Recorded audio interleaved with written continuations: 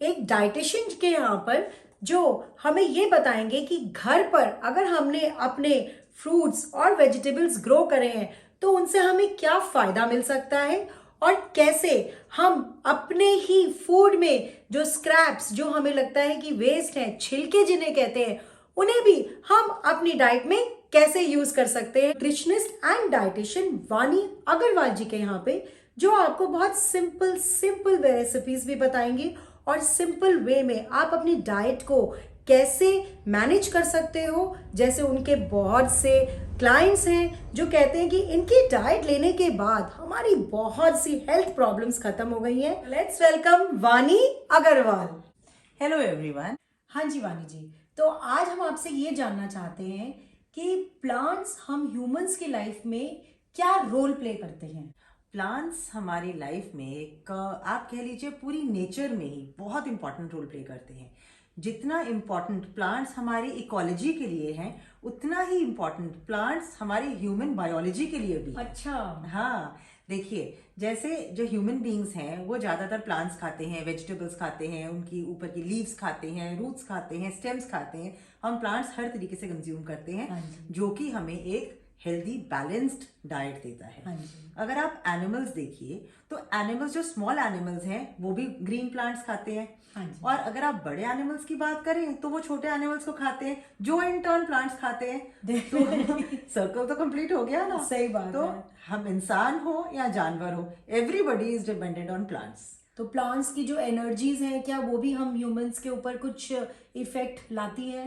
बिल्कुल, प्लांट्स की एनर्जी बहुत ह्यूमंस के लिए, एनिमल्स के लिए बहुत इंपॉर्टेंट है।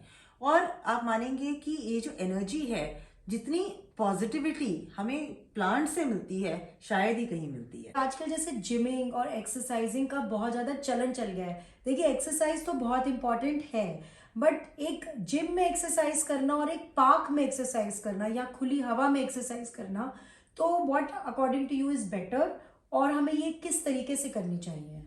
देखिए एक्सरसाइज तो बहुत इंपॉर्टेंट है ही है, हाँ not only for a physical health but for a mental health also. अच्छा।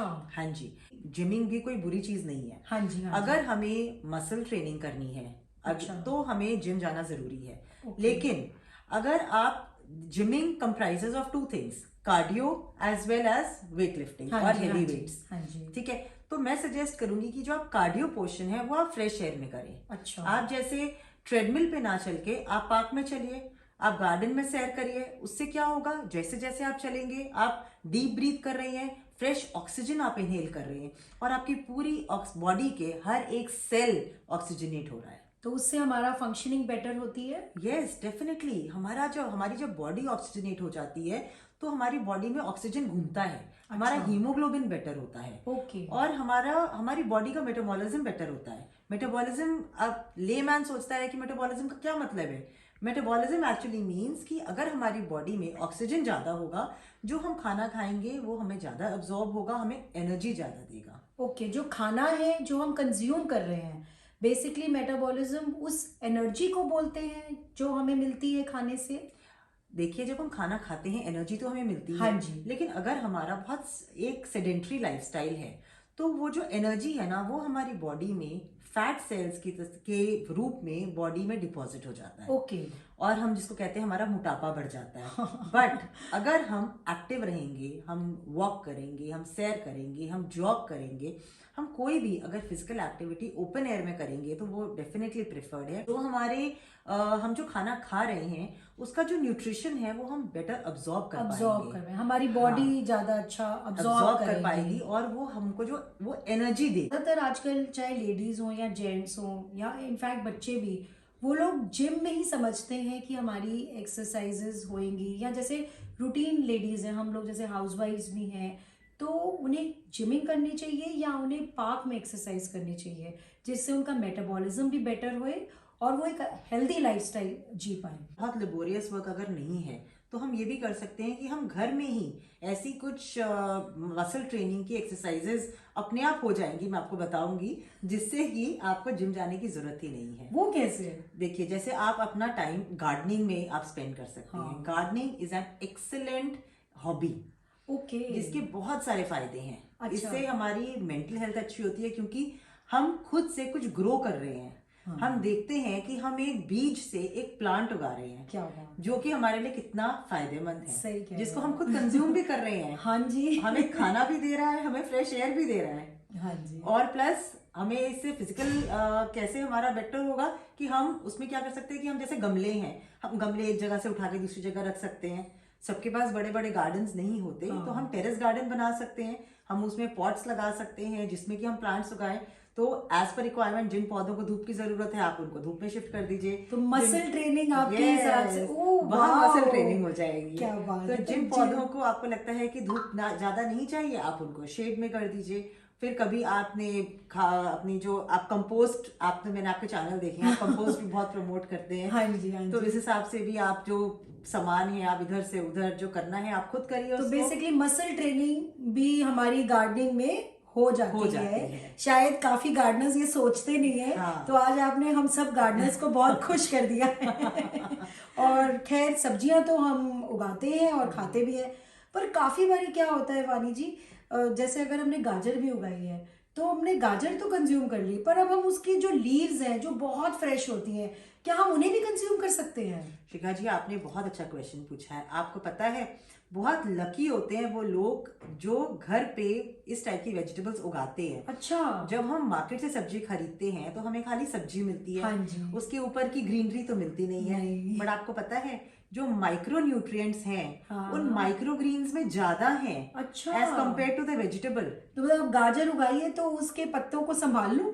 उसके पत्तों को संभालिए और कंज्यूम करिए। मैं आपको वो तरीके कैसे? बताती हूँ हाँ ना। जी, बताइए। जो गाजर की लीव्स हैं, अगर आप उनको देखो तो उनमें बहुत अच्छी खुशबू होती है और टेस्ट भी होता है। अच्छा। खाली गाजर में तो जो टेस्ट है पत्तों में भी उनका टेस्ट होता है। अच्छा। आप उनका अगर जूस निकालें, जैसे एज ए डाइटिशियन मैं किसी को सजेस्ट नहीं करती कि आप फ्रूट जूस निकालिए, बट मैं कहती हूँ आप वेजिटेबल जूस निकालिए, वो बेटर रहते हैं डेफिनेटली। इट अच्छा। गिव्स यू क्लोरोफिल, जो ग्रीन पार्ट है, तो आप वो क्लोरोफिल कंज्यूम कर रहे हैं, जो कि Okay. बहुत अच्छा है।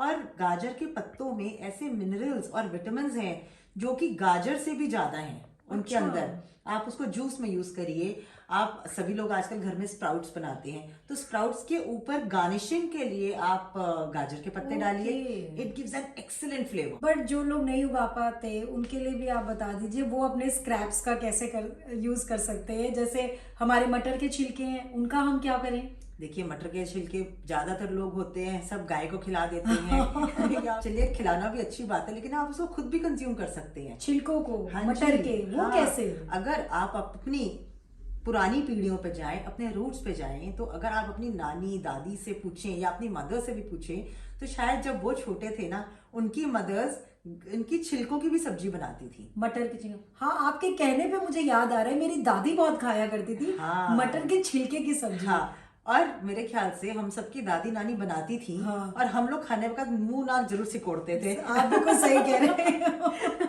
लेकिन हमें खाना पड़ता था। हाँ। लेकिन क्योंकि हमने नाक मुंह सिकोड़ा, तो हमने तो बनाने की कोशिश नहीं करी। और वहाँ लेकिन गलत हो गए आपके बिल्कुल हिसाब से। गलत है। और उससे नुकसान किसका हुआ? हमें, हमारा भी और हमारे बच्चों का भी। उसमें इतना न्यूट्रिशन है शिखा जी, आप मानो। मटर के दानों में तो जो है, मटर के छिलकों में भी बहुत न्यूट्रिशन है। अच्छा।